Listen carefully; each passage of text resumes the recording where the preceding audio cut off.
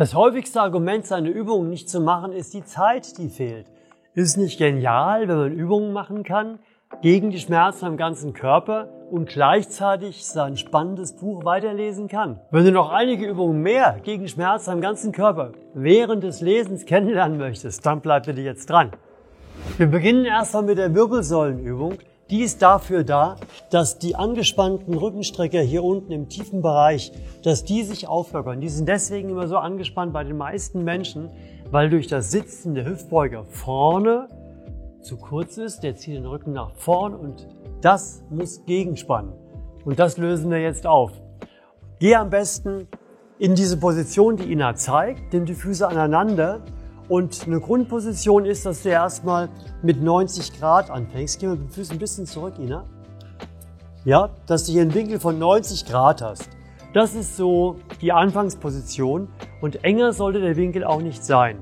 Und dann testest du, ob du in diesem 90 Grad Winkel deine Füße greifen kannst. Und du merkst bei der Ina, sie ist so gelenkig, sie kann die Füße weiter nach vorne tun. Wenn du zu den Menschen gehörst, die im Rücken sehr, sehr fest sind, dann kann es sein, dass du nur so weit nach vorne kommst. Dann kannst du mit einer Schlaufe oder mit Festhalten an den Beinen dich zunehmend nach vorne ziehen. Und du machst es dann so, dass du dich einen Moment ziehst, bis du in der Dehnung drin bist. Das machst du 1 Minute immer weiter, gehst immer ein bisschen weiter vor. Und dann fängst du mit der Minute 2 der Dehnung fängst du an, mit dem Rücken nach hinten zu wollen, mit dem Rumpf nach hinten zu wollen, also den Rücken anzuspannen. Du hältst dich aber fest. Und das hältst du so 3-4 Sekunden, lässt wieder locker und dann wirst du merken, du kommst weiter nach vorne. Und das machst du die 2. Minute und dann ist die Übung vorbei. Wenn du schon so gelenkig bist wie Ina, dann nimmst du die Füße so weit nach vorne immer mehr, bis du merkst, dass es dir gerade noch möglich ist, dorthin zu fassen. Und dann wirst du gleich von Anfang an hier eine deutliche Dehnung merken und bist natürlich wesentlich weiter drin. Und wenn du diese Position gefunden und festgelegt hast, dann kannst du in deinem Buch weiterlesen. Ina, zeig mal, wie du das machen würdest. Genau. Und jetzt siehst du, du kannst dich an einer Hand noch festhalten, kannst dein Gegenspannen machen. Ja, viel Spaß beim Dehnen, beim Lesen. Jetzt geht's aber noch weiter. Leg dich auf den Bauch, wie Ina das gerade macht. Und jetzt geht's darum, die Haltung zu verbessern, die Brustwirbelsäule aufzurichten, Spannungen dort wegzunehmen und auch Schmerzen in der Brustwirbelsäule vorzubeugen oder auch was dagegen zu tun. Du liegst so und jetzt, Ina, stell dich mal auf die Unterarme, ja, leg die mal nach vorne und drück dich langsam hoch. Aber Achtung jetzt, fühl mal deinen Rippenbogen. Hier sind die Rippenbögen und der Rippenbogen muss auf dem Boden Kontakt halten. Ja? Also je höher du dich drückst, nur so hoch drücken, dass der Rippenbogen unten bleibt.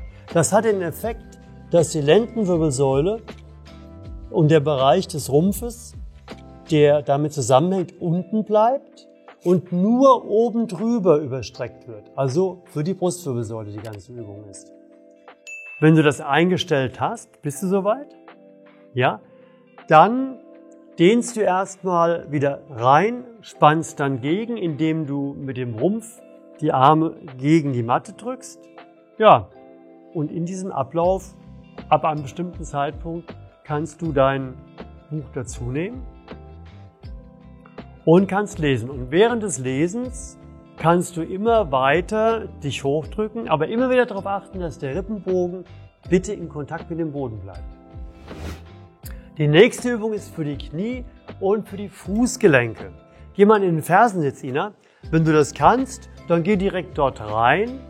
Wenn du es nicht ganz hinbekommst, dann leg irgendwas unter. Als Beispiel jetzt ein Kissen, wenn du nicht ganz bis runter kommst, oder auch 2, 3 oder ein Polster, sodass du in der Position bist, wo du gerade dich absetzen kannst und das Dehnungsgefühl in den Oberschenkeln und in den Knien und auch in den Fußgelenken gerade noch gut erträglich ist. Und dann nimmst du dein Buch dazu, liest darin und dehnst. Die nächste Übung in der Hocke kann ich sehr empfehlen, weil bei der Hocke wird ganz viel gedehnt, was im Alltag verkürzt. Du musst dich halt ein bisschen daran gewöhnen, bis es aushält. Viele Menschen kommen ja nicht in die Hocke mit aufgestellten Fersen. Wenn es auch bei dir so ist, dann stell deine Fersen einfach höher. Dafür kannst du Bücher benutzen oder die Keile eines Knieretters, so dass es sich gut anfühlt und du gerade in der Position bist, die du gut ertragen kannst. Und viel Spaß beim Lesen. Und jetzt noch eine Übung für deine Hüfte, aber auch für deinen Rücken. Gegen Ischias, gegen ISG, gegen Gesäßschmerzen allgemein. Setz dich dazu auf einen Stuhl und lege dein rechtes Bein über das linke. Wenn du das auf Anhieb nicht schaffst, dann machst du Folgendes. Geh nochmal runter, Ina. Dann streckst du dein linkes Bein, legst jetzt dein rechtes Bein auf das linke. Also direkt schon oberhalb des Knies. Ja. Und dann ziehst du den linken Fuß immer dichter an dich heran und dann nimmt die Dehnung stetig zu. Und dann nimmst du das Buch, schlägst hier auf und liest und nutzt deinen rechten Unterarm, um dein Knie runterzudrücken und machst dir bequem. Den linken Arm muss man ein bisschen überlegen, ein bisschen reinfühlen, wo man den am besten positionieren kann. Machst dir bequem und dehne. Und auf der anderen Seite machst du genau das Gleiche. Ich wünsche dir viel Spaß bei diesen Übungen, weil ich finde es genial, ohne zusätzlichen Zeitverlust so viel zum Wohlgefühl des Körpers beitragen zu können. Wenn du den Kanal abonnieren möchtest, dann mach das hier unten. Und was du hier findest, ist ein Video mit Übungen, die du bei einem Meeting unbemerkt machen kannst.